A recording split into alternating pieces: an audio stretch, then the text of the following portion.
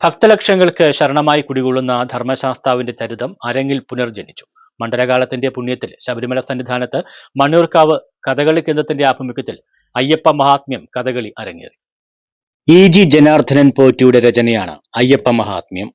ഹരിഹരപുത്രന്റെ അവതാരം മുതൽ ധർമ്മശാസ്താവായി ശബരിമലയിൽ കുടികൊള്ളുന്നതുവരെയുള്ള ദിവ്യചരിത്രം ദൃശ്യ ശ്രാവ്യ വിരുന്നായി ഭക്തർ ആസ്വദിച്ചു.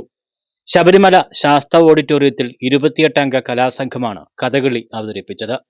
കഥകളി പ്രേമികളെ ഏറെ ആകർഷിച്ചത് 61 വയസ്സുകാരനായ കലാമണ്ഡലം ബാലകൃഷ്ണൻ മുതൽ 7 വയസ്സുകാരനായ അദ്വൈത് പ്രശാന്ത് വരെയുള്ള 3 തലമുറയിലെ കലാകാരന്മാരുടെ അർപ്പണമായിരുന്നു. കലാമണ്ഡലം പ്രശാന്തിന്റെ നേതൃത്വത്തിൽ നടന്ന അവതരണത്തിൽ മഹിഷിയായി അദ്ദേഹം തന്നെ വേഷമിട്ടു. മണികണ്ഠനെ അവതരിപ്പിച്ചത് അഭിജിത്ത് പ്രശാന്താണ്.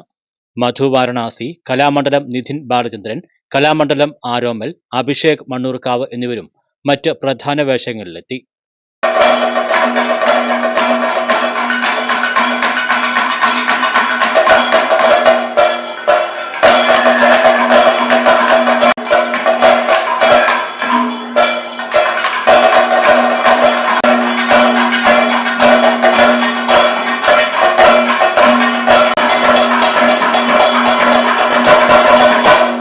മാതാവിന്റെ രോഗശമനത്തിനായി പുലിപ്പാൽ തേടി കാട്ടിലെത്തുന്ന മണികണ്ഠൻ മഹിഷിയെ നിഗ്രഹിച്ച് പുലിവാഹനനായി പന്തളം രാജസന്നിധിയിൽ എത്തുന്നതും ധർമ്മശാസ്താവായി ശബരിമലയിൽ ഭക്തർക്ക് ആശ്രയമായി കുടികൊള്ളുന്നതും ഉൾപ്പെടെയുള്ള രംഗങ്ങൾ ഭക്തിനിർഭരമായി.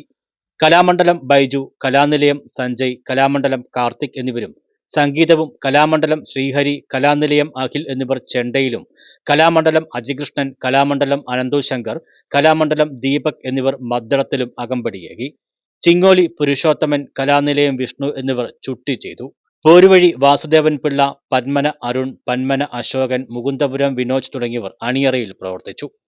News bureau, Sannidhanam.